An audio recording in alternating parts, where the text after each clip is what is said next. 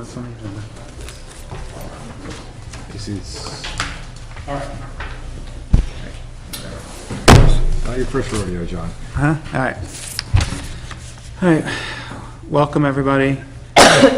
Budget Committee meeting for December 5th, 2019. We have a quorum, so we'll get started. Let's just do quick introductions. Want to start? Erin Masqua. Tim DeBrio. John Decker. John Moore, Selectman Rep. Sandra Jones. Lee Lederer. Okay. All right. And so we have the town budget today as our first item, and Chris is here to present the first draft of that. So whenever you're ready, sir. All right. Let's roll. All right. Oh, I need the budget. Where is that? I got to get, that's the one I haven't had yet. Everybody got one of those? Not yet. Working on it. I also gave you one of these. Yes. You want to do tax rate first and then budget, or the other way around? Whatever works for you. All right, well, this is history, so let's do history first. Tax rate, since I was here last, we have set the 2019 tax rate and sent out the bills, as you probably know. Just since that's the kind of the end of the last year's budget process for you, I just thought I'd throw you this sheet to show you what's driving those numbers. Overall tax rate went down from 2264 to 2250. The driving factor in that by leaps and bounds was the amount coming back from the school district in what is essentially their operating budget surplus from the fiscal year that ended in June. All of that money, with a couple small exceptions, automatically falls right back into the tax rate. It doesn't go into the bank. It doesn't. It was raised. It was appropriated and taxed last year, and this money wasn't spent, so it just comes right off the top in the tax rate this year. That number bounces around historically quite a bit. The year before was around 300,000. This year was around 760,000. So that is a pretty sizable swing by historical standards, and big enough to pull the tax rate down. If the school district repeats that with their budget, then the next year's tax rate will do the same thing. If the school district spends its, up to the dollar, spends its full budget, that would result in what looks like a pretty big tax increase, because you don't have that pullback swinging the rate so much. Everything else is pretty small in terms of driving a change in the tax rate. The overall assessment in the town, which is the other half of the equation, went up by about 1%, which has been remarkably consistent. We're at 0.9 to 1.1% for the last 5 or 6 years in terms of the tax base growing. So when the tax base grows by 1%, it effectively pulls the tax rate down by the same amount. Other big things, other numbers that change the tax rate from year to year are appropriations. The school appropriations increased by $445,000. The net tax effort for the town, which captures a few other numbers, increased by $185,000. The two biggest factors there were the change in the veterans tax credit that town meeting approved in March. We estimate that cost roughly $117,000. Really, all that is a redistribution of taxes amongst the various taxpayers, but it does. And that went from 500 to 750? Yeah, there were 4 different changes. There was a change in the amount, there was a change in the eligibility, so more people became eligible. We did not see a dramatic increase in the number of people taking the tax credit. So most of the change was driven by that change in the value. So more people became eligible, a few more people signed up, but not really a big number.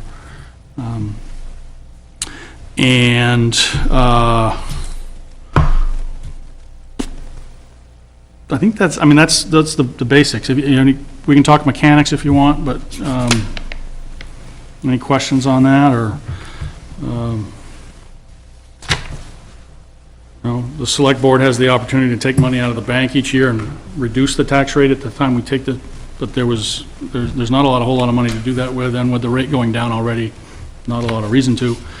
They typically do that to stabilize the rate, but it wasn't necessary, so. How are we in the appropriation based on the state average or whatever? Are we like close or? The appropriation or The whole town. the fund balance? The value, the town tax, I forget what they actually call it. I thought it was like the town's appropriation rate versus like the whole statewide rate.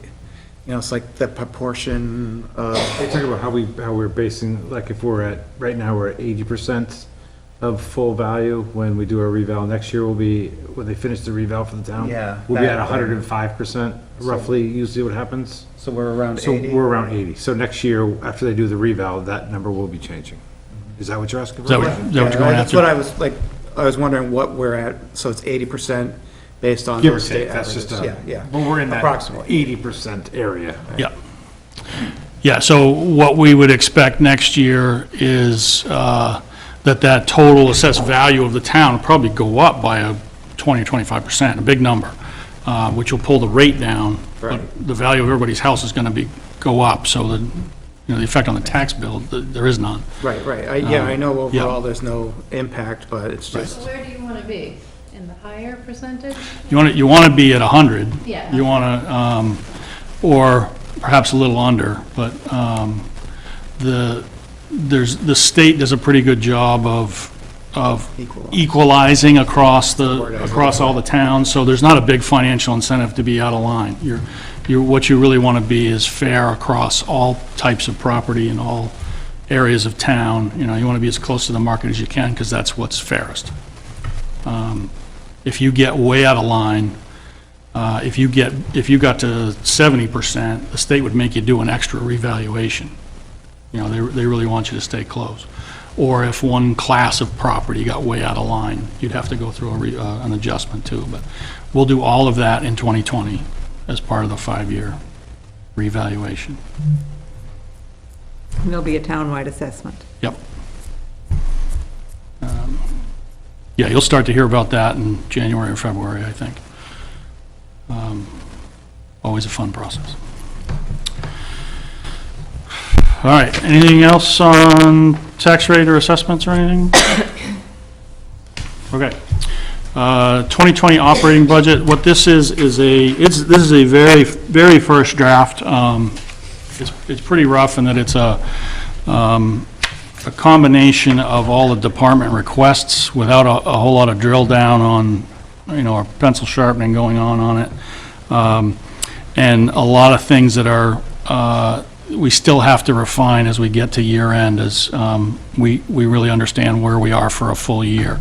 And overall, this year, everything is really driven by personnel, whether that's our year-round people or our elections. We have 5 elections next year. We've got new people in a couple places, and we've got benefit costs changing. So the vast majority of the changes here are personnel-related. We don't have a lot of special projects, equipment purchases that are out of the norm. We have a couple unknowns still with our road project in particular. Ledge Farm Road is done. That was our big project this year. As we get the financials for that, probably this week, the select board will have some decisions to make about how to approach next year and what we do with our end of year for 19.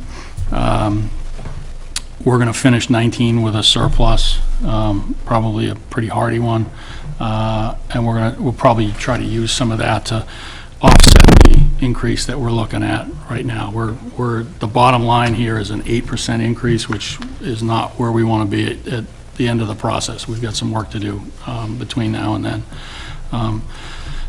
Like I said, most of it's people, and I'll touch on a few of those specific positions here.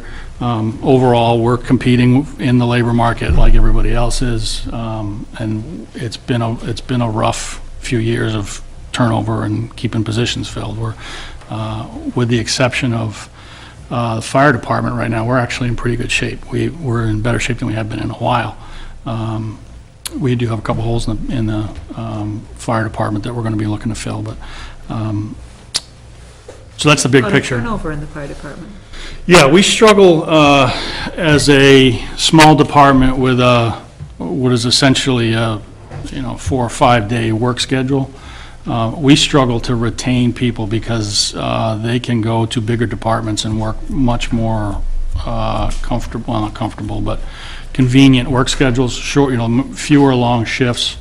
Sometimes the folks are going to departments that work 24-hour shifts, so you can work a couple of 24s over the course of a week instead of 5 days in a smaller department. That allows them to do other things with their life.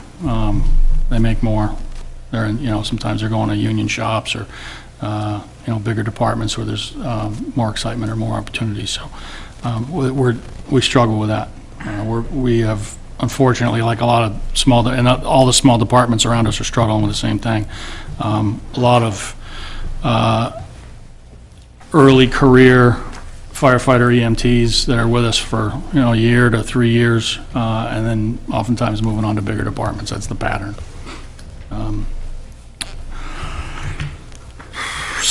I just realized I gave you a version without line numbers, so we'll have to talk in terms of account names as we walk through this. I have one question Yep. before you just get started. Yep.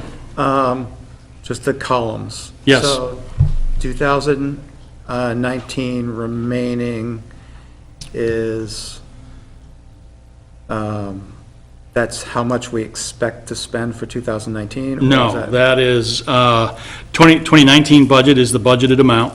2019 actual is the amount we've actually spent through Q3. Okay, so that's through Q3? Yeah, you see the 930 at the top of the page there. Okay, These are yeah. the same numbers. This is the same actual stuff you saw when we did a Q3 review. Okay, that's good, yep. And then what's remaining is what's unspent from those two columns. So that's Q4 or whatever, basically? Yes.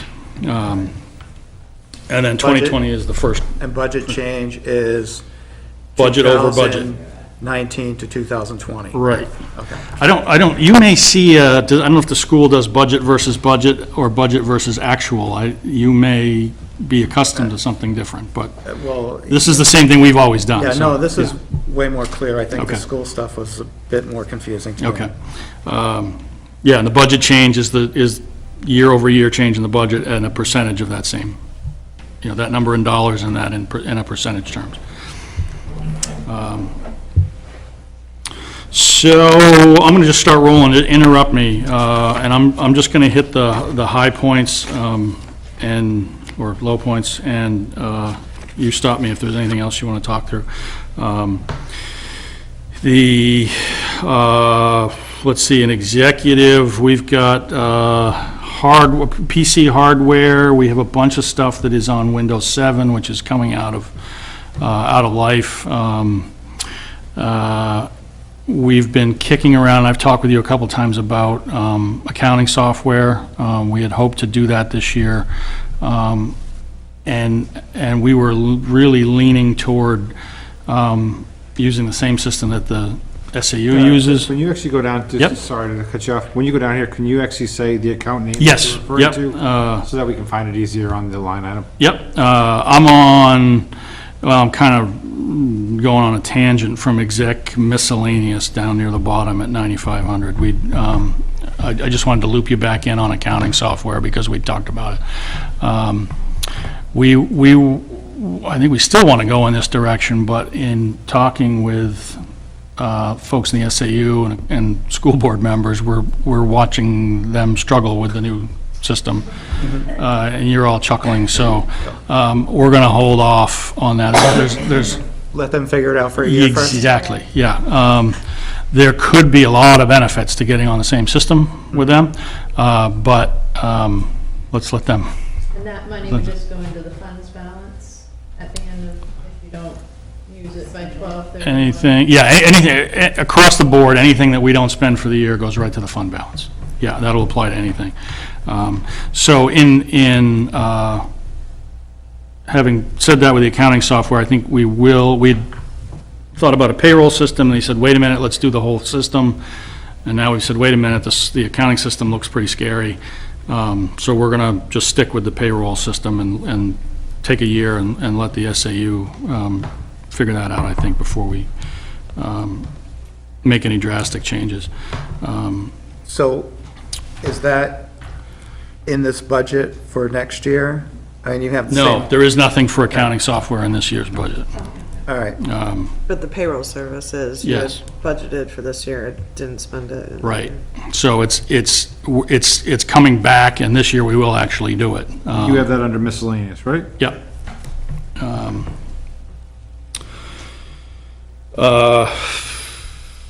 Town clerk, that's TC, nothing dramatic there. They do, Can we go back for 1 second? Yep. though? Just so people can see, if anybody's looking at this like I am, the merit compensation pool. Because, it says 18 expended, 0 money, we put it in the budget, 33,903, and actually spent, we got 0, remaining, we have this, and then we have an increase of $6,421 of an 18.9% change. What is that going for? What are we doing with that? so we do all of our pay increases on merit basis. We don't, in the budget, project what pay changes are going to be for the future year. So we say, we know we're going to give people raises on a merit basis, but we don't make those decisions in the budget process and say, we know what this person's salary is going to be 6 months from now when their review comes up. So we set aside funds through that line to cover those raises. And again, I speak to these questions just as a broad, so that everybody can, Yep. know. And so case to anybody's finish that thought, there's never expenses in that line.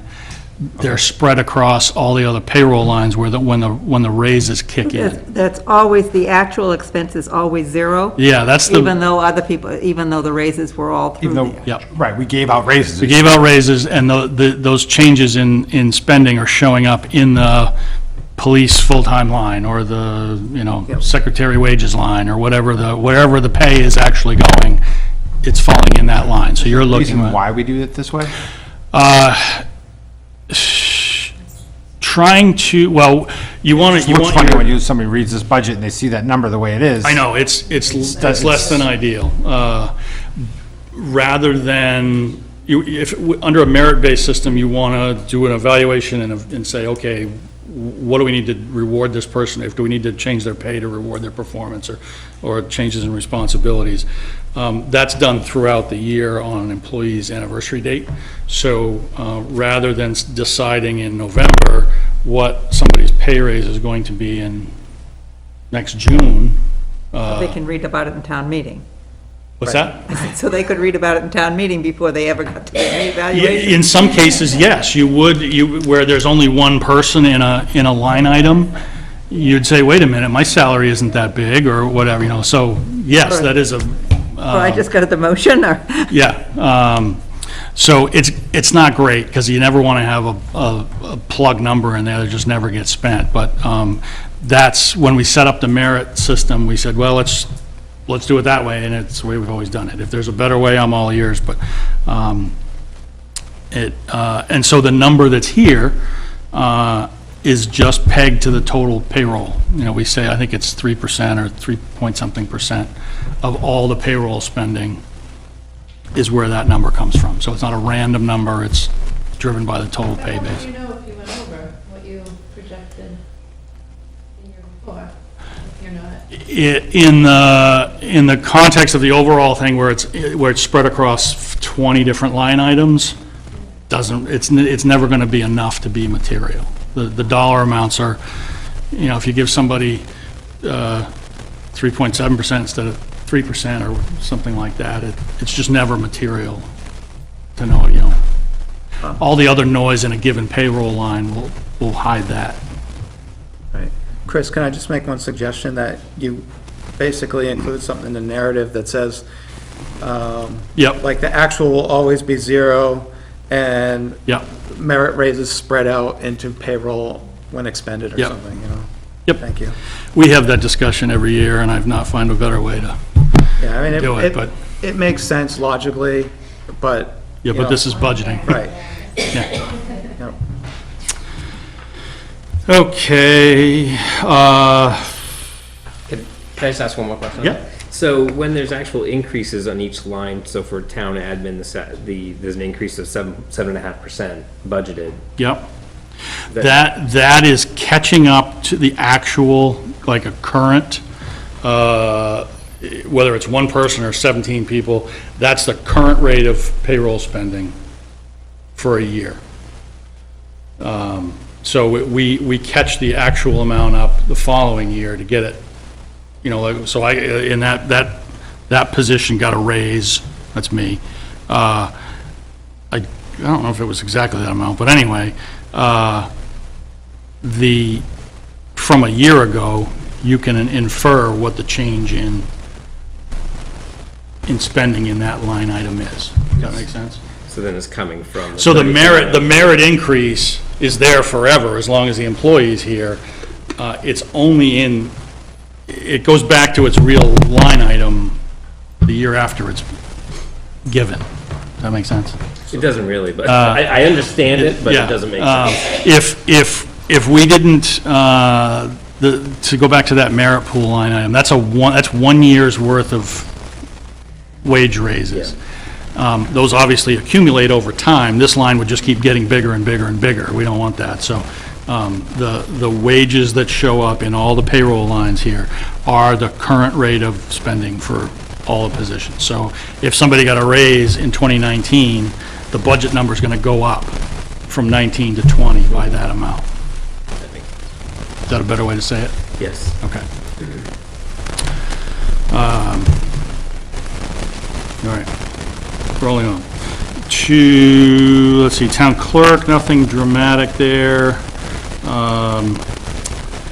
Elections, the biggest spending that you see there is in people, election salaries, election workers. That is what you think of as a ballot clerk or a, check-in or a check-out person. The election officials and the select board have been talking about how we're going to staff those 5 elections, how many checkout people we're going to have and checkout lines and things. This is our best guess of where that's going to end up. The biggest challenge is typically actually finding people to do that work. If you want to spend a day at the polls, we'd be happy to teach you how to do it and pay you a meager sum for your service.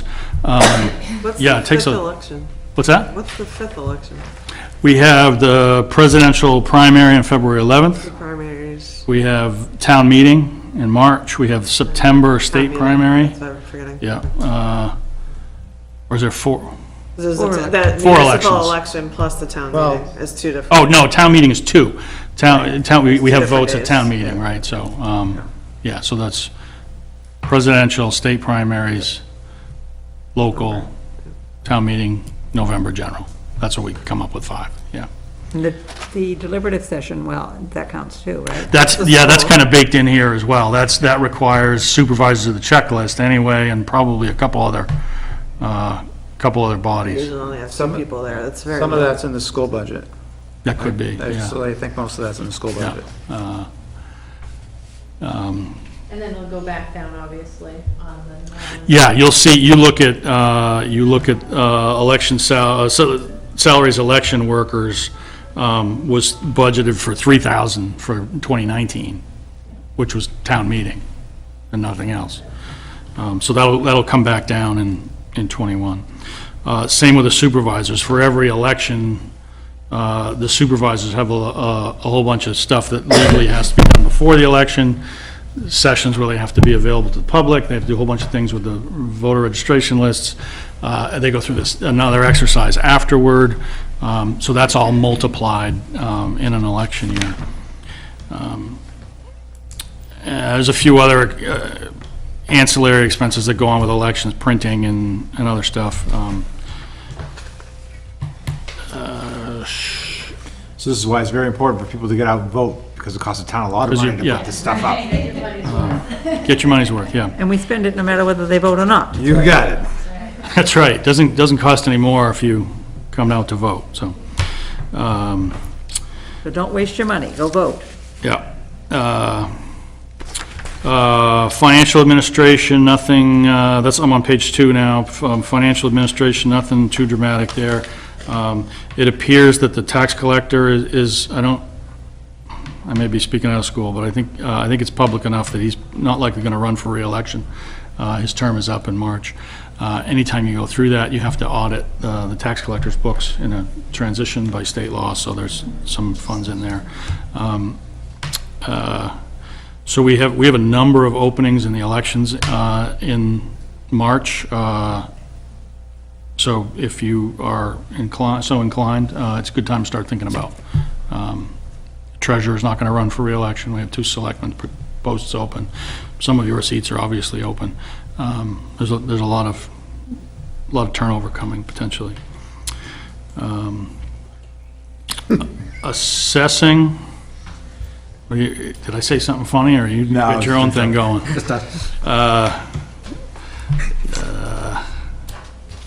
Assessing. Well, so it's a reval year. But all of the costs for that reval have already been set aside in a recurring warrant article that we have. We put aside some every year for 5 years and have that revaluation cost covered. So that number doesn't spike the budget in the actual reval year. Page. Oh, can I ask a question Yep. on that? These are probably maps with agreed. As we read this here, it's the budget, the actual, okay, we have nothing, no, never mind. Sorry, I might have misread something. Go on. I'm moving on, okay. Page 3, legal, we'll be up against that number this year. Are hoping to hold it at this level. PA is personnel administration. This is one of the bigger ones. PA health insurance. There's a couple things going on here. One is a 7.4% increase in the insurance premiums for our health insurance and dental insurance programs for employees. Second thing is we have 2 additional benefit eligible positions that we've added over the course of this year. So both of those things add considerably. 7.4 is that increase has bounced around quite a bit. We had an easy year last year. I think most years were in that 6 to 8% range in terms of increases. I think the next time you see this budget, that number is going to be smaller because we have we're going to offer a second health insurance option to our benefit eligible employees, which is less expensive. We've got the one we've had all along. That coverage and that plan isn't changing. If people want to stick with that, they can stick with that. We're going to offer a second one that is a little bit riskier, higher co-pays, higher deductibles, but lower premiums. Employees pay a portion of the premiums. Town pays most of it, but employees also contribute some. So in sharing some of the risk and the savings with the employees, I expect some are going to switch to the less expensive plan. We're going to offer we're going to cover some of that risk with covering the people that reach the higher ends of those high deductibles through a health reimbursement arrangement, if that means anything to any of you. My question. And we're also finally going to offer a flexible savings account, which is a tax advantage set aside pre-tax money for medical expenses. The FSA program that's available to us through Health Trust has improved a little bit, and the numbers finally work out that a slightly higher risk plan makes financial sense both for employees and for the town. So we can do that without, I think, taking anything away from the employees, putting a little bit more money in their pockets and saving us money. So employees just this week are getting that information, and we're going to be going through all that. We don't know how many are going to pick which plans, but if depending on the mix of how much of that new plan we have, we're going to save some money. So that number's going to come down. We just don't know how much. No offense to our wonderful employees, but can you just say this is what we pay of the lower plan and then have them pay the difference if they want to stay on the higher plan? That was a strategy I use with a lot of my clients, where then you have a set. Oh, start with this is a dollar amount that the town pays, and you pay the difference. Right, to the, yep. Yes, we could do it that way. It's different ways of doing the same math, really. One of the benefits of, we do it on a percentage basis, so employee pays 10 or 15%, we pay 85 or 90% of that. Right.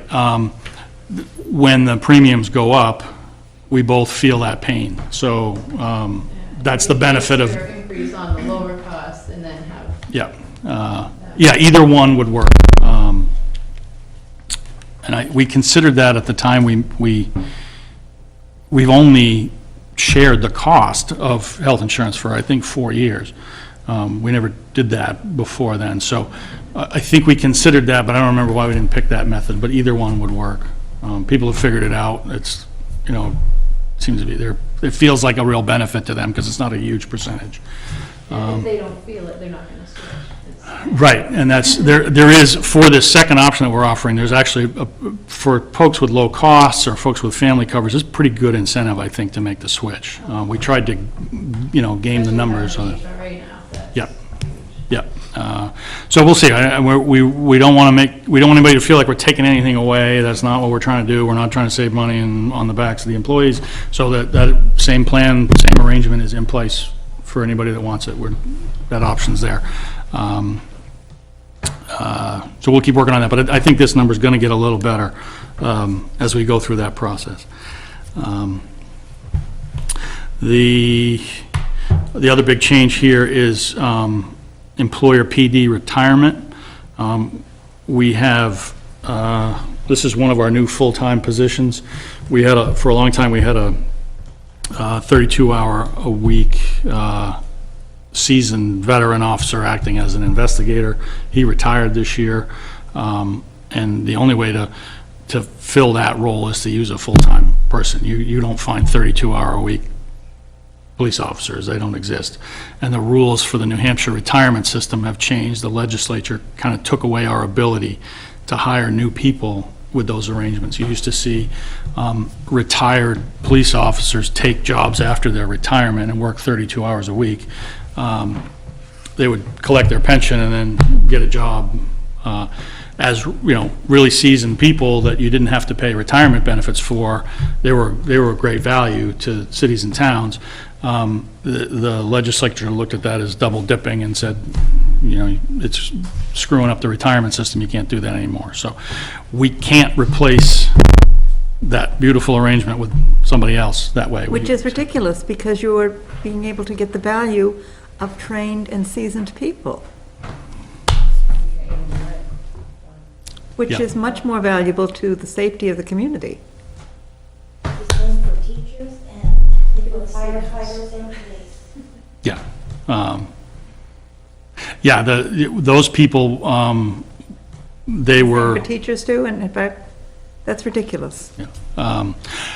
So for those employees, we weren't paying the retirement system like we were, so the income for the retirement system wasn't there. Right, you but know. it didn't need to be, because they were retired, they were getting a pension. You're preaching to the choir, so. Okay, I won't. If you can find those people for, I think, 16 hours a week, you can hire them still, but what good is that? It's much less. Yeah, they've decimated it, and it is, so, anyway, that creates a need for us to create a new full-time slot. You need a full-time, or darn near full-time person to take on that role.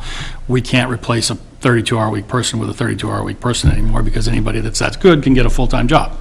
Why wouldn't you get a benefit pension-eligible position if you could? So that creates a new full-time slot in the police department, which is 8 more hours a week, so we're feeling it on the payroll side, and just as significant, it's another benefit eligible position, so we got a health insurance and a dental insurance and all those other benefits that the 32-hour-a-week position wasn't eligible for. And we have to contribute to the retirement system for that position as well. So it's an expensive move. It shows up on a few different line items, but the board it really we had nowhere else that we had to do that this summer. So that's what's driving this. So any wage increases plus that new position is driving this PD retirement line. Moving on, unless you want me to rattle on any more there. PB is planning board. The biggest change here, we came into 2019 saying that we wanted to hire some more professional help for the planning board. The planning board's been talking for a long time about having a planner or having extra consultant help. We really didn't know what that was going to look like in 2019, but we set aside money to do it. We did that in the PB planner line, and then down below that in the PB master plan town map line, we just plugged some money in there saying, we can hire consultants, or we're going to hire a person. We've sorted all that out in 2019 and have a contract planner now. I think we talked about that a couple visits ago. We've contracted with Stratford Regional Planning to provide a planner for us. She is here in the building one day a week. She's at the planning board meetings doing planning work back at their shop. We had set aside essentially $40,000 in those two lines to do that work. That now appears in just the PB planner line at 28. So, and that's the actual cost for a year of that service. So the total of those, we guessed at 40. We get it in at 28, and it looks like that 28 level is going to work. So that's the big change in this group of line items. The PB master plan town map is where you were taking that money back. That all goes away. And it's where it belongs now at Planner. And that seems to be working really well. ZN is zoning. That's all driven by traffic, really. We guess, it's usually generally pretty consistent, so no big changes there. THO, so we're the next big section at the bottom of page 3, THOB, if you see that, it's town hall and other buildings. This is all facility stuff in this whole category. The bigger changes here, we set aside funds in 2019 to remodel the kitchen next to us. We didn't get that done. We're still kind of holding that dry for the old town hall. We didn't budget anything for that in 2020 just because we've got so many other things going on, and we're kind of up against it on the budget total. We still want to do that work, but it just couldn't get to it this year, and doesn't look like we're going to have room for it next year. So that's where that big change comes from. Highway building maintenance, we've identified in the CIP and in weekly headaches the need to replace our waste oil furnace with a propane system over there. We don't go a month without a service call on that waste oil furnace over there. There's several days every winter where there's just no heat. The thing is just a nightmare. We'd like to replace that waste oil system with a propane system. Can I ask you a question? Mm-hmm. Just on, when we replace that waste oil furnace system, is that an item where is there any value to that piece of equipment, or is it basically scrap? I don't know. We'll find out. I mean, if there is somebody that wants to buy it, we'll be happy to throw it out there like we do with, we had a couple of pieces of highway equipment that we sold off last year. We'll try the same thing with that waste oil burner. I think it's a different make and model than the one that's at the recycling center, because otherwise we'd probably sit on it and rate it for parts and things, but we'll try and sell it if it's got value, absolutely. Electric, we'll come back and fine tune this based on our actual experience for the year. There shouldn't be anything dramatic. Our usage isn't changing much. We're in pretty much the same rate structure and all, but we'll fine tune that as we get to year end. Same thing with the heat lines. The price of our fuels has gone up. I think we may have been a little over budget for this year, so we're going to refine that. That's more of a plug where we are now. Do we get bids on our propane bills Yep. and oil every year? Yep. Okay. Yeah, propane and heating oil and all our motor fuels. Those are really market priced essentially with a little cushion, but propane we do lock in.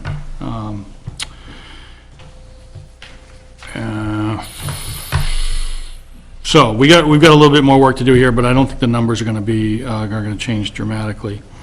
One question. Yep. So you'd mentioned we knew the kitchen wasn't gonna happen, but is that money gonna be used this year for the old town hall? Yeah, I hope so. We've gone through another round of showing it to electricians, and I'm still trying to get quotes out of them to do the work. So that's what we've been holding on to that money to do that with. Okay. Just can't find anybody that, Can you go like to like a union electricians type, like at somewhere, no offense to the little guys, but to like, one of the folks that was in it 2 weeks ago was related to the IBEW. oh, Yeah, we have a selectman who works for the IBEW, and Tyler's got people looking at it, so. So we're trying, and that we've held that money back in anticipation of needing it for that. So then if you use that for that, would the kitchen get done next year? Would that be part of the budget for next year? No, we don't have anything in the budget for that Okay. right now.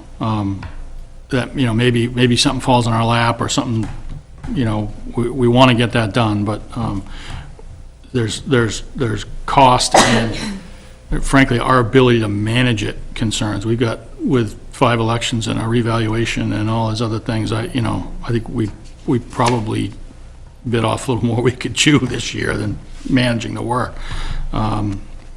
So we still want to do it, but it just doesn't look like the money's there right now. I'm going to keep rolling unless you stop me. Cemeteries, not much happening there. Insurance, this is not benefit insurance, but other kinds of insurance. Workers' compensation, INS workers' compensation. That jumps up a lot. Every year, we often get a kickback from the pool of folks that we're in a pool with other towns. When the pool results come in for the year, those are shared back with the communities. Last year, that effectively reduced our premiums by $16,000. We don't know if there's going to be one of those contribution holidays or sharings of savings back with the pool yet. There often is. The actual premium is $42,000. That's probably going to come down when the news of that sharing comes back to us, I think late this month. So we're hoping that number will pull back a little bit. You can see the history there is in the 20 to 30 range. It's common that we get some savings back, but we don't know what that number is yet. Property and liability insurance is just a premium increase. Nothing else there. Yep, We're going on to the Regional Planning Association. yep, That's Stratford. yes. So on the line items we were talking about before, how we're paying 25,000 or 20, whatever, $6,000 to them for the planner. Is this our dues? No, we are not a dues-paying member. I know of- that, yeah. so sorry. Coming to mislead Sorry, my you're questions right. by No, no. asking answers I already know, but, Yeah, no, this has historically been used for other, like à la carte services, like, I think we did we've done like traffic counts, I think we might have done out of this line with them or something like that.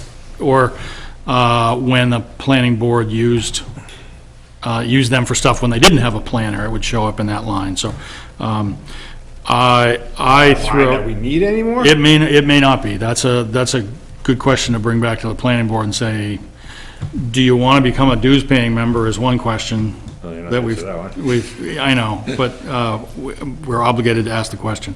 Or what else do you think you need? So that's something, Is it, I'm going to say $6,000, something like that.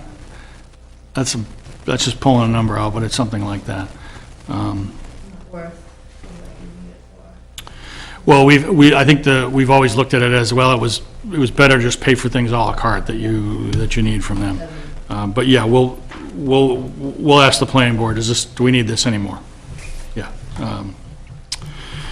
Can we go back to Yep. the insurance for a second? Mhm. The other New Hampshire Municipal Association deductible, how does that? That is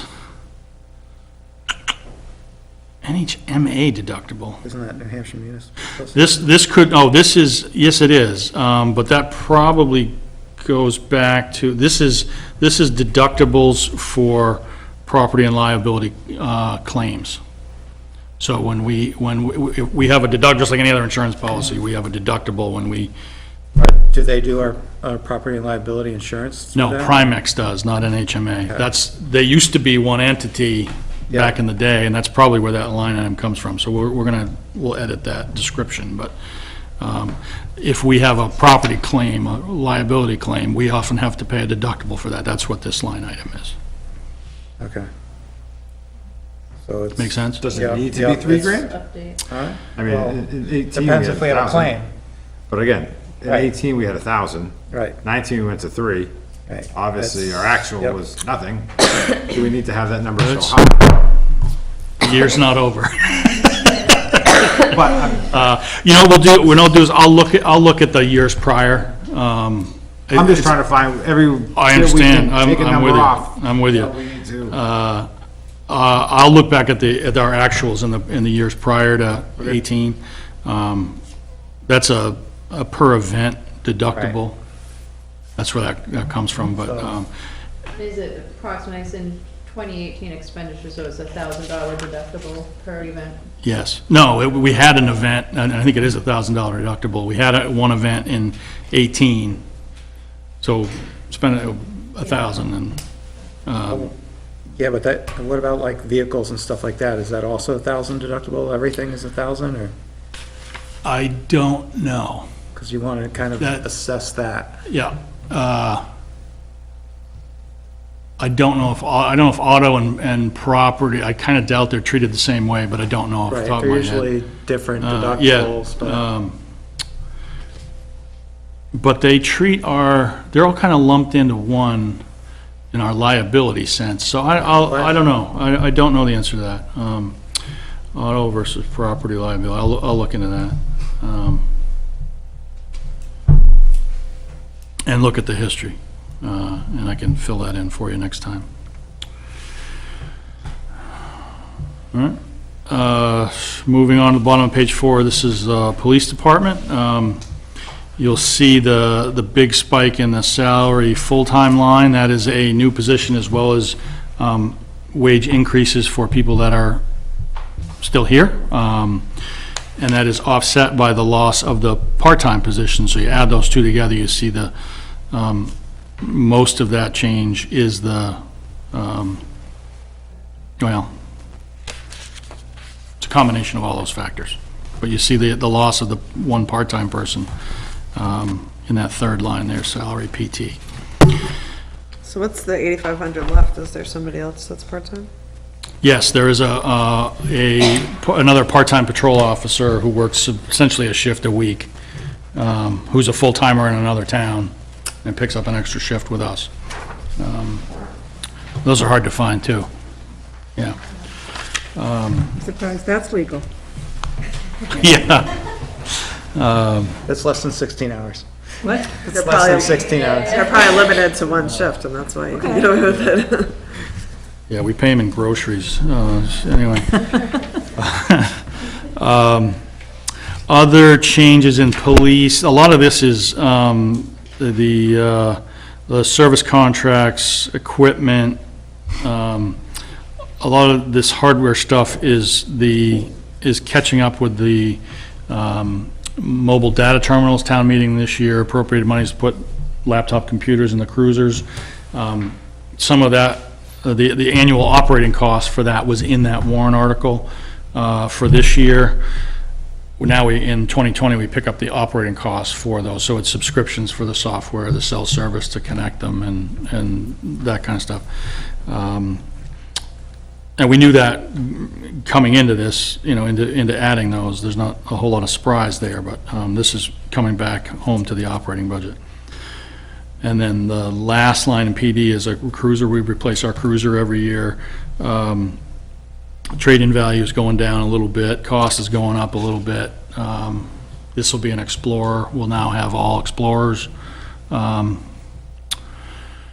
you able to trade in the last one? We chose not to. It is now the runaround town and out-of-town vehicle for Public Works. The new cruiser just came in finally 10 days ago, 2 weeks ago. I saw it parked at the you see it? Public Works without the. Right, so that's and it's new decals or orders. It's gonna say Nottingham on it again, but it's not gonna look like a police cruiser. So we said, let's try, the Public Works Director was basically using his own truck to drive around town. I think you So should strategically keep it right there at the beginning of Flutter to get. it looks like a police car, yeah. It's not a bad idea, actually.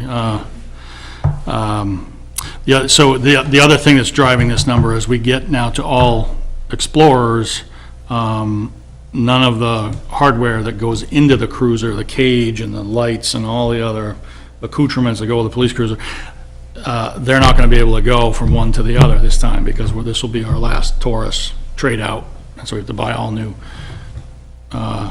hardware for the inside.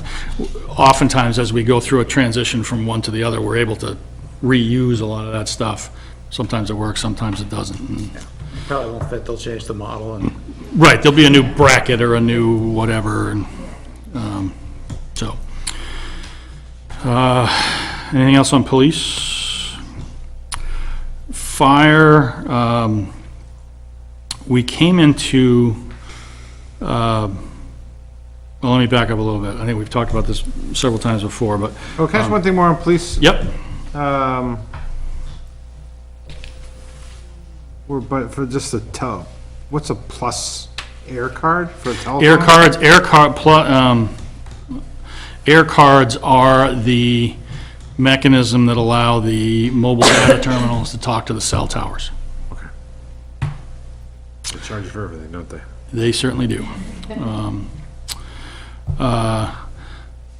So fire, we have full-time career firefighter EMTs. We have 3 of those in the best of times. And then we have the call firefighter force, what you think of as volunteer firefighters. And then we have other firefighter EMTs that we pay on a per diem basis. Those per diem folks sometimes are the same people as our call people, or they're firefighters from other departments, or people that do it occasionally. The career firefighters have a set schedule. It's pretty much a daytime schedule. The per diem firefighters are now scheduled, when we can find them, for evenings and Saturdays to kind of complement the 3 career folks. And they also, when we can find them, fill in for vacations and training days and those kinds of things. So they aren't permanent positions, but they're paid on an hourly basis. And then the call force is paid on the basis of a point system. It's like every time you come out for a call or you go to a training session, you earn points, and at the end of the year, we divvy up the points and divvy up the pool of money that we've set aside as a stipend for the call force. What we did in 2019, you see the you don't see the 2018 budget here. And we budgeted extra money in the part-time, the per diem folks are in that part-time line. We budgeted extra money to add that evening coverage when we can fill those slots, because we still have quite a lot of call volume, but our full-time career people are gone at 5 or 6 o'clock at night, and then from 6 to 10 or so, we still have a lot of traffic. Those busy times, we're able to, by staffing somebody at the station, which is per diem people are there, staff, they're sitting at the station waiting for calls or doing other work at the station, we're able to both have faster responses and take some of the burden off the call force that is oftentimes coming home from their regular job and, you know, had been covering that 6 p.m. to 6 a.m. window. So we invested some more in that in 2019. It seems to be working pretty well. We're not able to fully staff them all, but it's been really helpful. And I think the chief can probably give us some pretty good examples of response times being a lot faster, where somebody's sitting in the barn waiting instead of coming from home to get to the station first. So what the chief is proposing here is to add that same kind of coverage to Sunday. Right now, Sunday is covered by officers and call people. And what we're seeing is a shrinking pool of people as our call firefighter force. The pool, they just did the tabulations for the pool for 2019, and I just looked at it. I think there are 14 or 15 people getting stipends for being part of the call force. So that is the entirety of the call force, is 14 or 15 people for the whole year, for the whole town.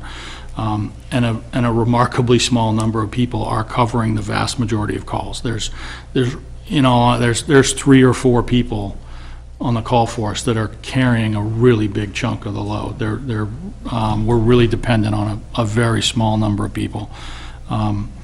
So to the extent we're able to, if we can shrink the time that those call people are responsible for, we'll both have better response times and reduce the churn, the burnout of those people, hopefully. The hardest part with this is finding people to staff those. You know, it's somebody that has some other job that's picking this up as an extra time. So this is an extension of that same kind of coverage into Sunday. So we'll have a 7-day, not every evening, but 7-day true in the station coverage, if we can staff it. This is a gradual way to get towards having more full-time career people. That's a very expensive move. We just walked through how expensive it is to add a full-time police officer. It's a comparable change to add a full-time firefighter. Those days are probably coming where we have to hire more full-time people. But this is a gradual way to try and get that improved coverage without the shock of adding people. Do I remember the fire chief talking about like improving the bunk area up in the top, and would that help? We may see something on that. They may propose something on that for next year. As we look down the road, you know, as the call force shrinks, as the availability of these part-time per diem people shrinks, they become less and less available. We have to start thinking about what it's going to be like to have more, you know, a different labor schedule and more career firefighters.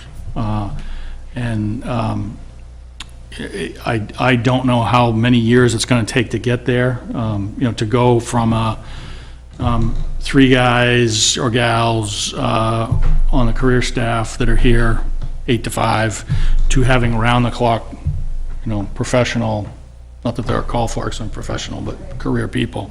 That's a huge financial impact. It's probably where we have to get to at some point.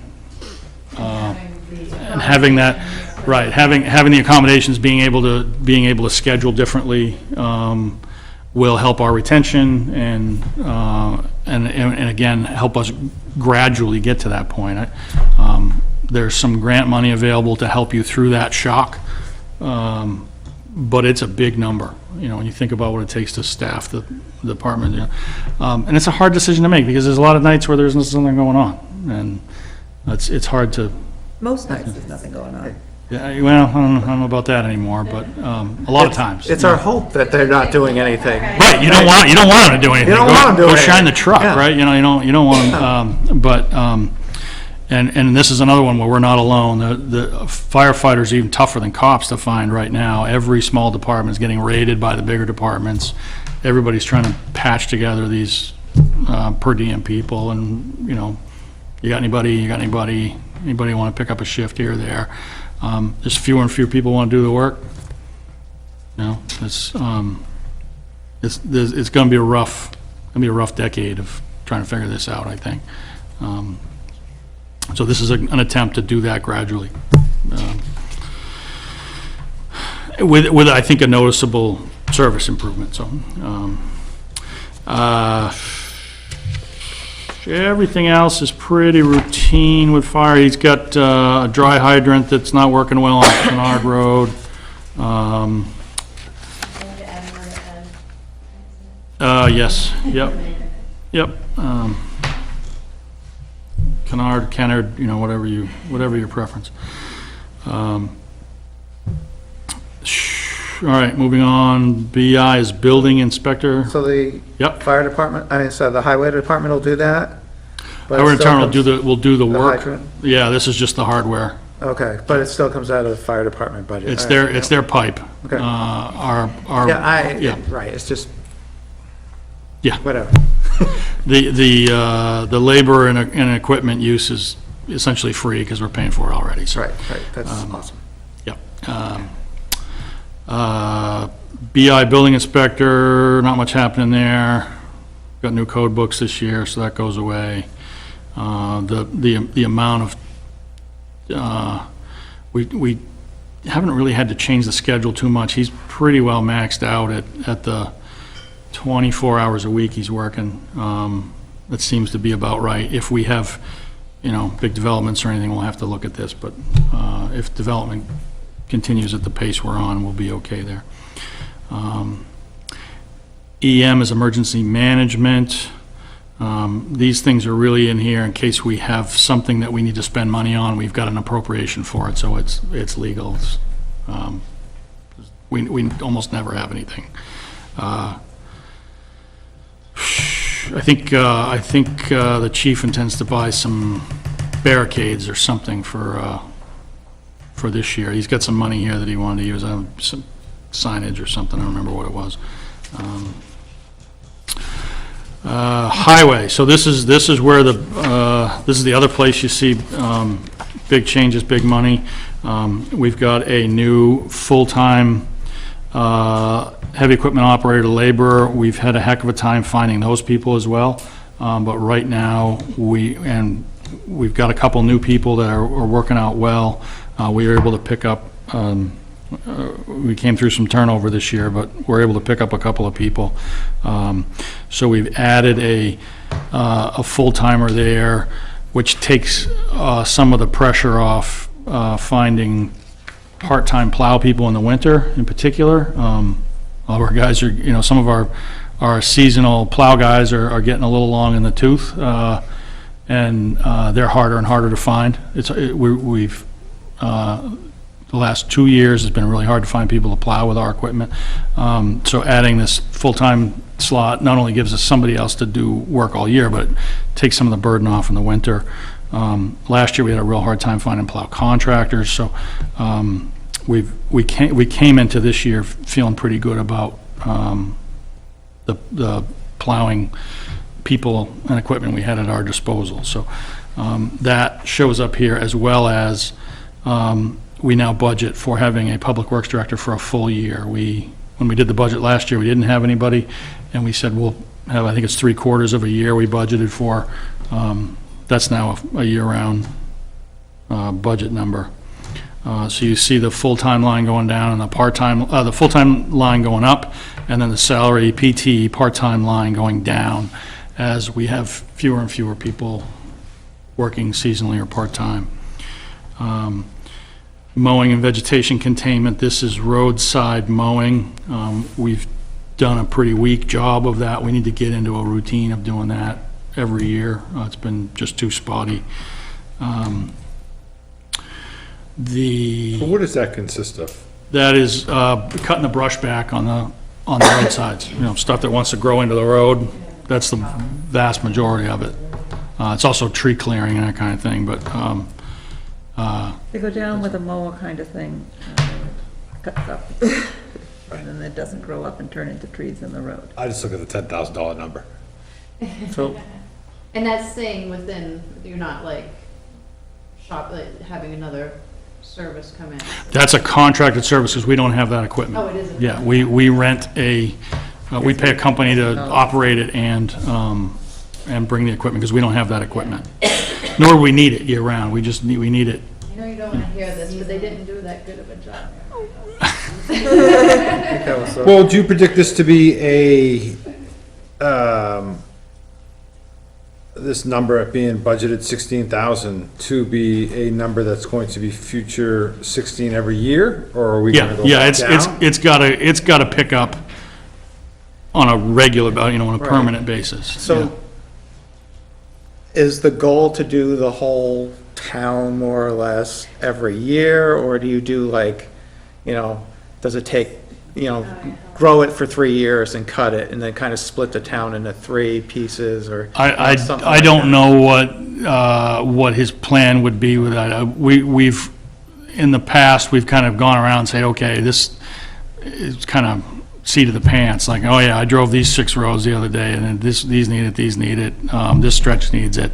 I think it would probably be a little bit more structured if we knew we were gonna do it routinely.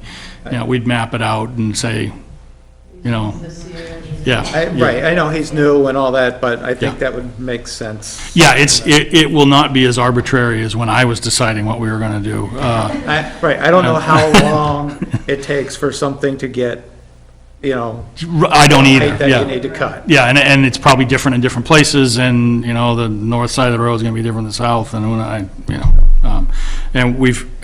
I think this is probably, it's probably bumped up a little bit with a thought that we need to think about knotweed. We haven't really approached that in any systemic way. We need to start thinking about that differently. And how we do that, I don't know, but it's in the back of our minds. Japanese knotweed. I know what it is. Yeah. You can't just, okay, it's mowing week. I have it behind my house. Yeah, just, there's a whole lot of science behind it that I don't know, but you gotta think about it differently than your typical roadside mowing.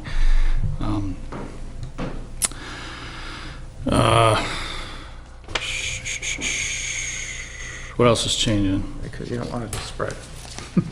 You don't want. Yes, to cut it. that It much of the causes science more- I know. But the hired equipment plowing, we're kind of guessing at what it's going to take. These, it's really weather dependent. We've bulked up our fleet of available contract people this year, but we do what we have to do, and we guess at what that's going to cost. That's really all this is.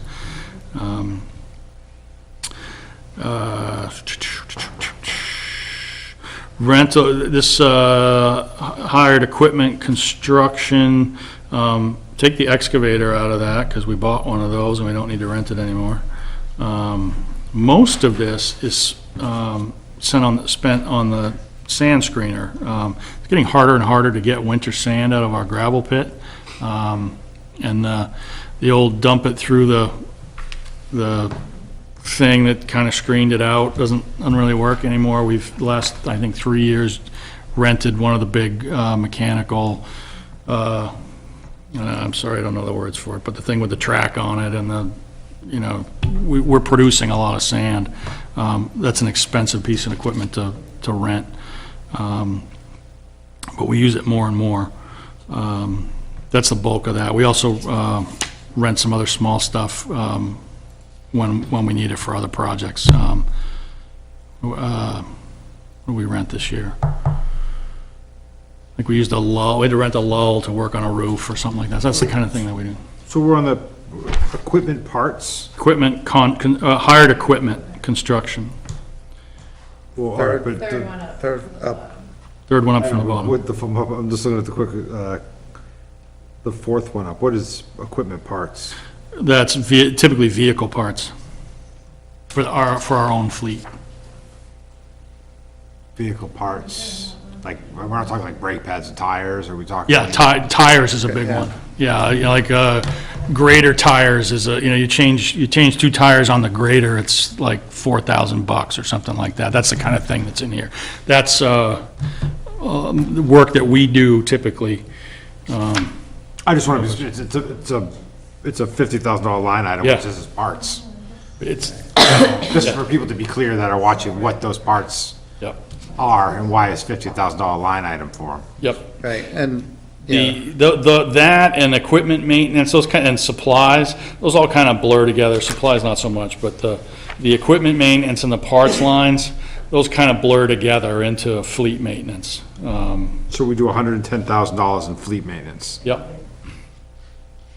You budget for it. And that's just but for the not highway necessarily. vehicles? yep. Yeah, when you're spending, $2,000 a tire, or whatever, it's expensive to own these things, yeah. I'm sure there's a budget, I'm sure there's a, right, what is really the difference between those two? Yeah, it's blurry. There's, some things get lumped into one, Do we some, need both lines?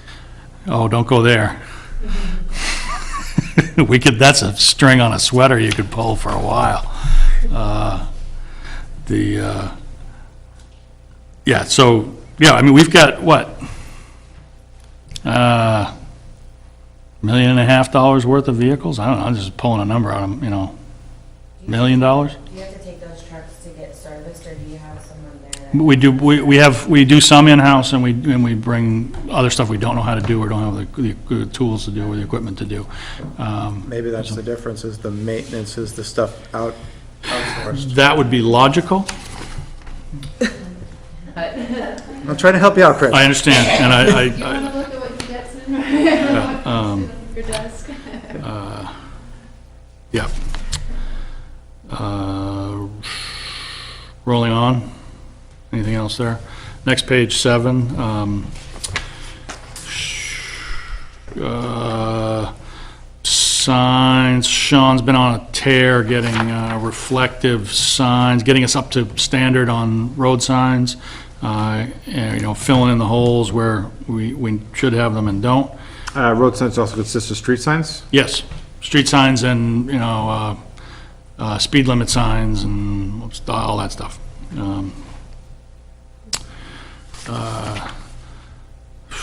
The price of salt went up, but we've been, we've been okay, so we didn't move the budget on that with that price increase. Uniforms is changing a little bit. We're thinking about changing the way we do that. Fuel, price of fuel is pretty stable, but this year we found that we had algae in our underground storage tanks, growing in our underground storage tanks, that wreaks havoc on the equipment, wrecks the fuel filters and all the other stuff. We had to install a treatment system in our underground tanks at the highway garage. This is a long-term thing that we may not want to do it forever, but in the short term, for the next 3 years anyway, we're probably looking at treating the fuel. It's basically a chemical additive that gets added to the fuel every time the tank gets filled up, kills off that algae. So, just another thing too, the diesel price here we're talking about on fuel, the highway department fuel, that is also what the fire department uses for fuel, correct? Correct. Just so people know, it's just not, that money might seem high, That but actually those quite a few. costs get moved to the highway department. There's a fire department fuel line, so we track it and Police as pull well, it from one. correct? Pardon? Police as well. Yes, yeah, all their fleet uses gasoline, Right.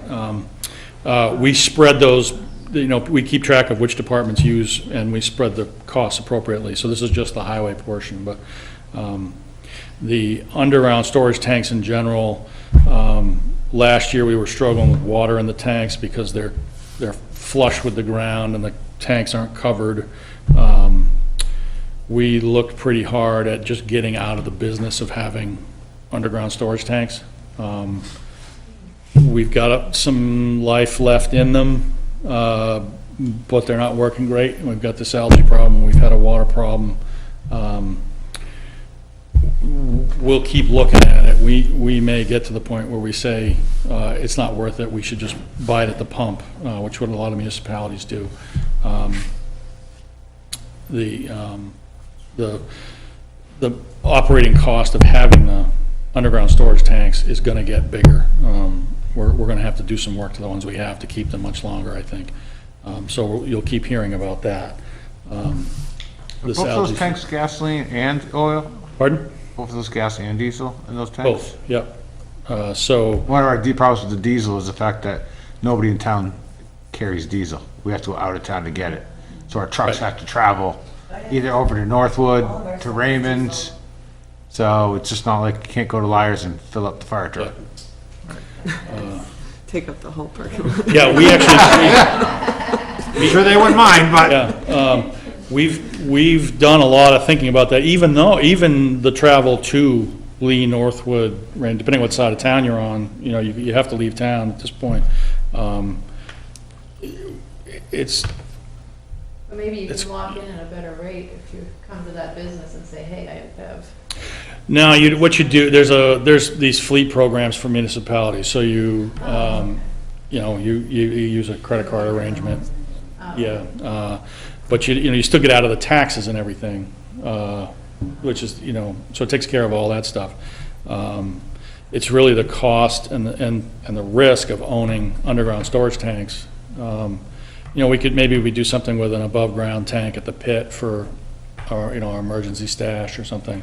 But we've got, I think we have, I don't know, do you remember 7, 8, 9 years? I've told the board how much time we're supposed to have left on those tanks. I remember the conversation. Yeah, I don't remember the years, but, yeah, when they get to their end of life, it's gonna be a hard decision to replace them. I think we're at 11 out of 20 years or something like that on the life. I'd have to go back and look for sure, but, Is it a big There. cost to, I would assume, to remove it too? yeah, either way, replace or remove is not cheap. It's right next to the river, it's, so you'll keep hearing about that. So anyway, the fuel cost doesn't change very much, but that treatment, is gonna cost us more. Yeah, that's not cheap. No. That's a give them the razors to sell them the blades arrangement, where they gave us this fancy equipment and, it does all the work for us, but we gotta buy their chemicals. Yeah, great. Highway miscellaneous, this is small equipment, a collection of things that we'd like to get. Small power tools, trench and pavement compactors, our radio repeater, so our highway trucks have radios in them. Right now, the repeater that is kind of the heart of that system is in the attic of John Fernald's barn. And if the power goes out, maybe Johnny's home and he can turn on the generator. He's not. If he's not, Somebody breaks in the barn. yeah, I'm not sure how that arrangement works. Johnny's obviously been really good to us and will take care of us while he can, but the place for such things is not somebody's attic barn. So we'd like to move that up to the square, on the top of the hill. Is that, I was gonna say, he's not even at the top, is that? He's pretty close, and that's why they picked the spot, Yeah. yeah. And I'm sure the attic in his barn is as high as you can get. Will we have But- space in the square to put it? I think it's gonna go on a pole up there, yeah, Oh, one of the telephone poles? yeah. Or on the statue, one or the other. Dare I bring up the square and earlier tonight, did you hear the whole, something happened? Was there an accident up there at the square today? I didn't hear about They it. came up from Ledge Farm, I don't know the details. I have no but- idea what the details are. Yeah. Anybody hurt, I don't know. A car did go off. I hate to admit it, but I saw it on Facebook, so I don't. Okay. I don't want, oh, I hope everybody's Moving okay, along. though. Moving along. I've been by twice this afternoon and evening and I haven't seen I it. was say I wasn't there when I went through, so. Yeah. Rather recently, I was. But there was a truck or something stuck on Bird area. So I was late. Okay, I believe it might be our, move on. selectman. Yeah, move on. Sorry. He was somehow involved. Shim and Seal Coat, this is generally speaking our asphalt maintenance that we contract out. The plan for next year is still TBD. We're waiting on the pricing for Ledge Farm for the remainder of Ledge Farm. And the actual cost from what we just did on Ledge Farm, we got some decisions to make. We, the department and the board, have to decide what our major maintenance plan is for 2020. We've got a whole host of road maintenance projects. Ledge Farm is still at the top of the priority list. We'll be, in all likelihood, doing something through a warrant article for Ledge Farm, as we did last year. We may also want to use some of this for Ledge Farm to try and get that project behind us. So I don't think this number is going to change. It's not 100% certain what we'd like to do with it. This is a pretty constant, slowly escalating number. Was that finished since the last time I was here? Anyway, that was our biggest project this year. Ledge Farm's done, if you haven't had a chance to drive it. South Summer and Canton Court were also repaved this year, too. Okay, SWD, solid waste disposal. This is the recycling center operations. The two biggest kind of wild cards here are the volume, and the volume, we'll tune up that number as we get in late in December. We'll have a good picture of what our full year volume is. It's been pretty constantly going up by about 2% a year. We've got a contract with Waste Management that goes up by 3.5% every year, so that goes up every year. Landfill space is getting more and more rare and expensive. Another big unknown, SWD testing, that third line. We have ramped up spending in this area because of the finding of the PFAS around the landfill, in the landfill. Are we going to exceed our collection fees disposal? Where we budgeted last year, 122, and we're going up to 128? Yeah, we're probably gonna top that. Yeah, we'll probably miss that. And those collection fees are what the people are charging us to get rid of the trash, not what you charge when they say, hey, you put a tire there, $5. It's how much the fact that recycling has gone down and what's leaving our recycle center. As more people use it, these fees are gonna continue to go up, which is a large expense. It's because of the swap shop. That's not longer there, but That means more trash. it was going to trash either way, so. it doesn't make a difference. Yeah, on that side, what we've seen, the recycling market's a mess. We are paying to get rid of some things that we didn't used to pay to get rid of. And we're paying to get rid of paper sometimes now. So that shows up in here. It also shows up on the revenue side, where we used to get revenue for a lot of materials that we don't anymore. We don't get anything for paper? No, it's hit or miss. I think it's been hovering around break even lately. So just so It people at changes home so frequently, understand, I can't, our dump costs almost $250,000 to run. Good enough? okay. So the PFAS testing, we tested for the first time, found the PFAS chemicals at the landfill. We've tested residences around it. How we deal with that going forward is something we're working with our engineers and DES on, what they are going to ask us to do in terms of monitoring. We don't know yet. We're going back and forth with them. This is a guess at what the testing regimen might look like. It's going to be close to that number, but we don't know exactly what DES is going to require us to do in terms of either surface water testing or testing frequency or locations, monitoring wells, all those kinds of things. And at the moment, no wells are being single. No residents we tested all of them around the downwind side of it, got nothing on any of them, thankfully. The way the hydrology of the site works, it looks like we're gonna dodge that bullet. That's our hope. We still don't know for sure. DES is asking us to try and determine what the source of the PFAS is in the landfill. We don't know. You know, there's no, given what was put in the landfill and the lack of industrial waste that Nottingham would have been putting in its landfill for however many years it was a landfill, there's no obvious source. Our engineer's theory is that it's the cap of the landfill itself. What they use to cap the landfill is the... Awesome. So is that using those test wellheads to test it? I believe there's a couple that are still viable from, you know, we do some testing all along. Right. There are some that have been retired. We may have to bring some back into service. That's one of the things we're working on with DES is, you know, what can we do to keep them happy and make sure we're not missing anything changing on the site without, you know, a massive program for us every year to Is the test. cap some kind of plastic or something? No, the cap is paper sludge.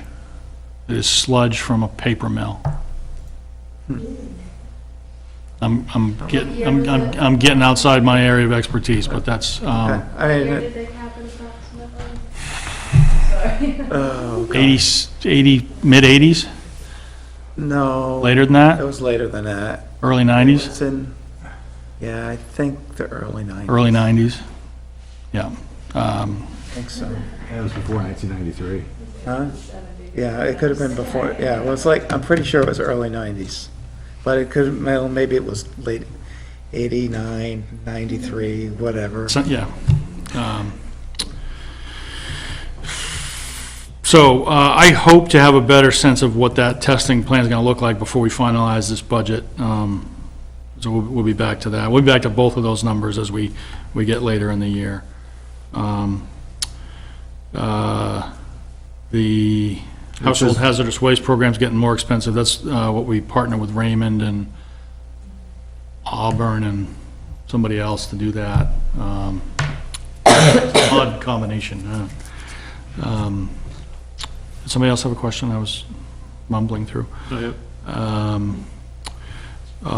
They'd like to get a pusher plow for their Bobcat to do the finer cleanup work after the storms. Same uniform service questions here.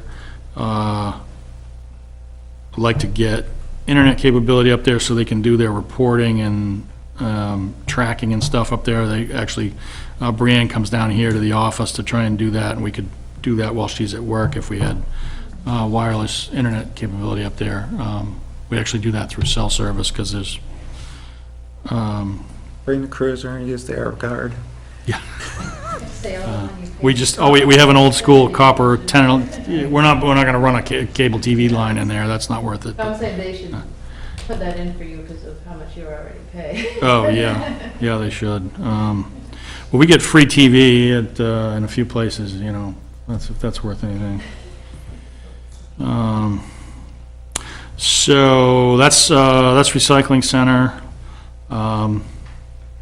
Animal control, GA, general assistance, this is always a guess.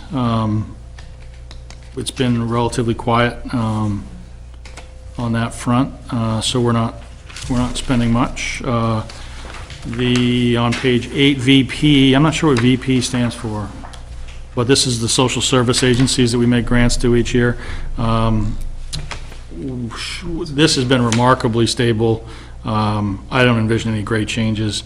Actually have a few more that we haven't heard from. I think this is getting less and less worth the effort for everybody for these small dollars to go through all this, but this will end up right about in the same place. Recreation, no major programmatic changes or anything. They've added the after-school program. You must have been brought into that loop somehow along the way. All that stuff happens through the rec revolving fund, so there's no real operating budget impact to speak of. Have they found some more people? They have, and I think they're gonna take a few more people after the break. So last I heard, that seems to be going pretty well. I know there's still more people that want it, but operationally seems to be going well. Not without its headaches, as you can imagine. But so far, so good. I don't think there's anything else of note here. We're getting some new software for them. That's also a rec revolving thing.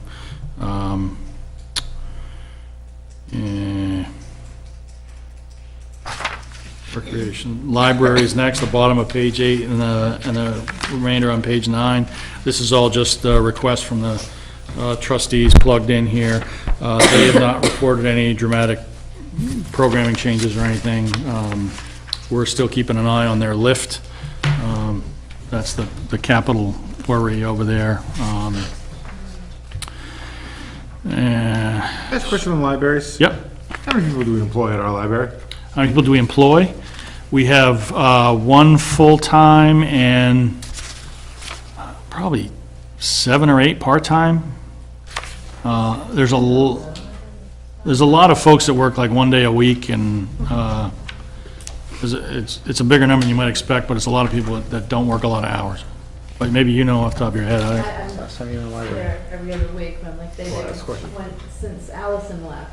I don't know if They have not filled that, they have not filled that position yet, no.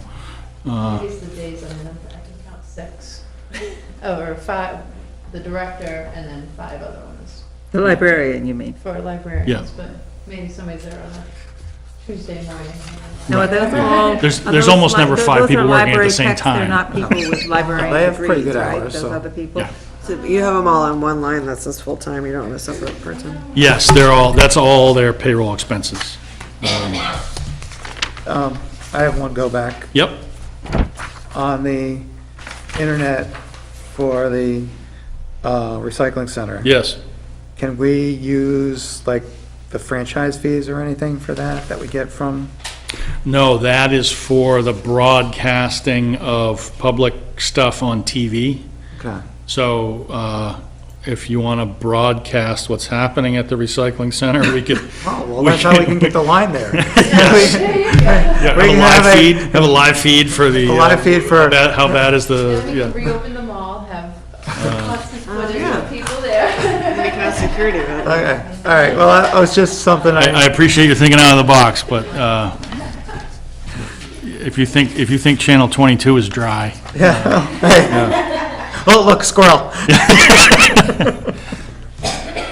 It's when it's not open that the real action is, yeah. Okay, Historical Society, they're about to spend this year's money. They do actually use what we put in there, usually. CC is Conservation Commission. And then the last part is Debt Service DS. I just noticed one error in here. The first 2 lines, landfill and salt sheds. I zeroed out the wrong principal payment. The landfill principal goes on at 12,780, but we're done making salt shed principal payments are done. Those are paid for. So there's a small change there. And that is all of it. Like I said, this is the collection of all the requests. I identified a whole bunch of things we have to go back and work on, so it'll look pretty different the next time you see it. We have updated actuals the next time you see it. I think I'm here in 4 or 5 weeks. I don't know.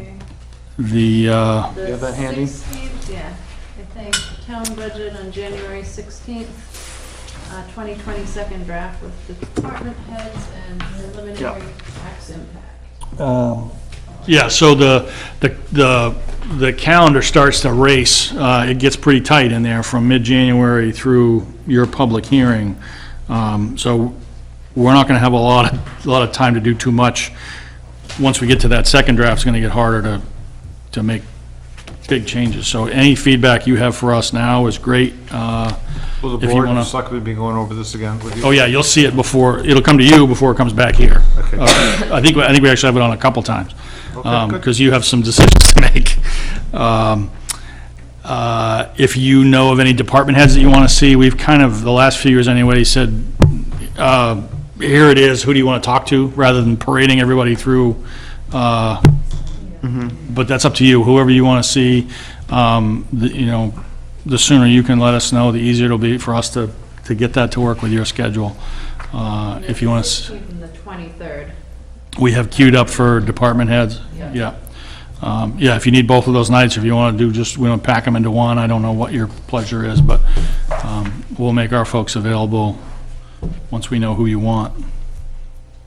I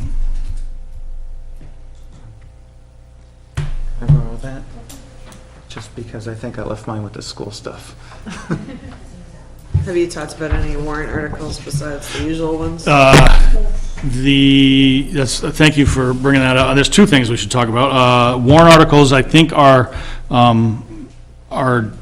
the collection of stuff from the staff that we're going to suggest to the board is about the same as last year's in total dollars, no big changes. The one thing we haven't seen yet is perhaps something from the fire department on the facility side.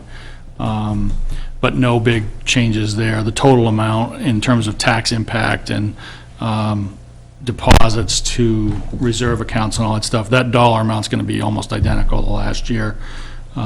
We got increases here. We don't need increases on the other side as well. So that's the warrant article side. Petition warrant articles aside, there could always be stuff there with monetary implications. Second thing is revenue. I didn't talk at all about revenue. Some of this increase will be offset by added revenues. We know of, we have a small revenue sharing from the legislature for next year that's like 40-something thousand bucks.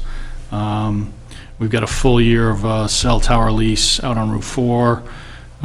Vehicle registrations will go up again, so there is some additional revenue we can expect to offset some of this, but it won't be, there's no huge six-figure revenue surprises coming, but the revenues generally, non-property tax revenues will go up to offset some of this increased expense. Right, anything else for Chris? Right, so I guess when we review this as a committee next week or whatever, we'll get back to you with who we want to talk What do to you want? about. Yep, great. So, all right, Oh, and would we see any of the warrant articles? You'll see those all before, yeah, we'll have those by the time we do second draft. You'll need time to chew on those as well. But those should all be, they should all be familiar as far as we can tell right now. It's all the same stuff. Yep. thank you. Thank you. Thanks, Chris. Have a good Christmas. I don't think I'll see you before then. Yeah, Merry Christmas. Happy New Year, too. End of another decade. Stop.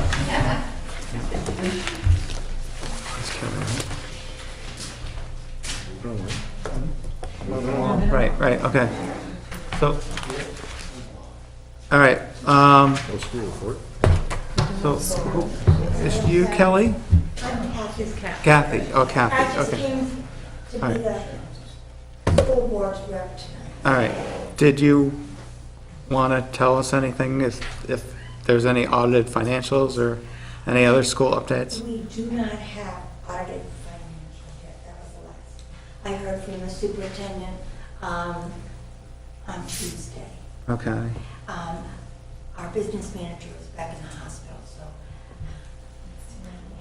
between his illness and the new program, And now the snow. and now the snow. 3 strikes and we're out now. It's got to get better. The only way is up now. right, But the auditors supposedly have finished with the financials, and they should be able to be presented to us real shortly. What's shortly? next meeting? Hopefully the next meeting, sir. Okay. Okay? I'm just the messenger. No, I'm just saying this is a schedule that needs to be kept on this, Yes, yes. so things don't get to a point where they're backed up, so just keeping the board Yeah. informed on that would be greatly appreciated. Yes. Maybe we can, I know Michael makes this decision, but squeeze it in next week, because we have When's your next meeting? Our next meeting, our meeting last Wednesday was Wednesday, so our next meeting is a week from this coming Wednesday. So they don't have a So meeting. much Yeah, more. so they It would won't have even to meet. be the 12th, Right, December that's- 19th, when we had it for the second draft, will be the, and, Mhm. so I guess at least it stays in its spot. With the school stuff. I think the 19th is when we're supposed to be back. Yeah, the 19th anyway, yeah, I didn't know. Okay. Any other school updates that you know of? Nothing? Okay, thank you. All right, committee reports. We did So- not have a facilities meeting today. The next one is the 19th. Next one's 19th, okay. I have news, CIP. have news? woohoo. CIP I news? just All got right. an email at 6 o'clock from Chris, I did thank him off line, and Kathy, your representative, we are looking to meet in December to actually, there's 2 other members we're waiting to get an email. This literally just happened. All these other meetings, I didn't have anything, like, yay. Well, I believe Donna Danis is selectman rep for the Yeah, CIP. Donna hasn't, 3 other people. Donna, I have the email here. We spoke about it at the meetings. Jean and a Joseph, is it Clough, C-L-O-U-G-H? I don't know, even know Clough. who he is, Clough. Clough is that's how it's normally spelled, said. but Donna and Jean and Joseph are hopefully gonna reply soon. But it's, Mhm. I haven't had a chance really to look at it yet, and obviously the meeting. So you're It's just more trying to action. figure out what date What to action. be. Yeah, what date, it's in Sometime in December, December. and Okay, I'm all right, good luck. hopefully, yes. Good luck. fingers All right. The minutes from last meeting, do we have a motion to approve those by anybody? Everybody read them? Yep. Okay, I will motion to accept and approve the minutes as the final. And I can second that. okay. All right, any discussion? All right. All in System favor? currently is working very well, I feel. Yeah. That's good. All in favor? Opposed? Abstained? Abstain. Abstains? Never read them. And Okay, all right, well, you weren't even here, so. All right, good. Other, all right, so, next meeting, we'll review, basically, so if everybody can do homework and kind of review this stuff ahead of time, we can discuss it further as a committee and come up with a plan of who we want to talk to.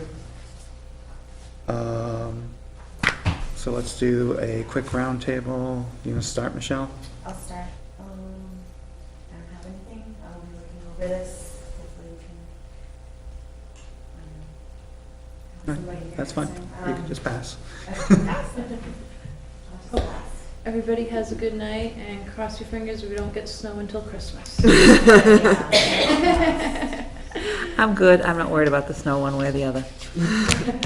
Quick selectmen's report, our next meeting, we will be talking about, standards for emergency lane roads, and getting those up to a standard to see whether, some of those roads can actually become town roads. And that meeting's on Monday since the snow Since affected the you snow did guys. it, we pushed it off to Monday, but it is, our high point of our agenda of things to get taken care of, as soon as possible.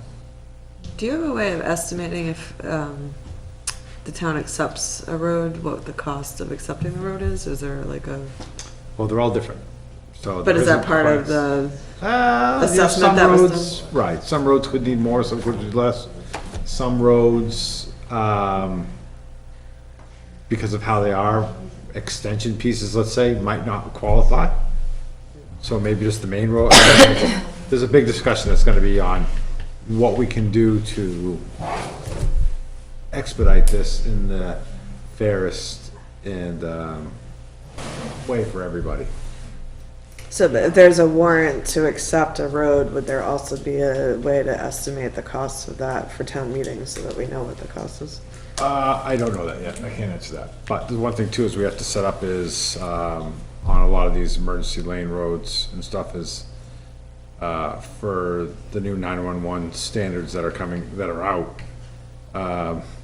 You have a road that goes down and you have 6 fingers going off and they're all the same road is the one that's going down. That is an emergency nightmare. So clarifying roads and getting new road names is something else that will have to be addressed as we determine the emergency lanes. It's a lot of work that's gonna be involved. But we're gonna get it taken care of. It will be much better and easier than when half the town had an address that said they lived in another town. Again, there's plenty of issues to take care of. I lived at 25 Kennett Road in Barrington for years. Right. I'm sure there's other ones too. So, that's just what we're taking care of right now. Carol? Nothing to add. Tim? No? No? No? All right, motion to, Adjourn, yes. I'll second it. Okay. all in favor? Aye. All right, see you next week. Thank you. Thank you, Joan.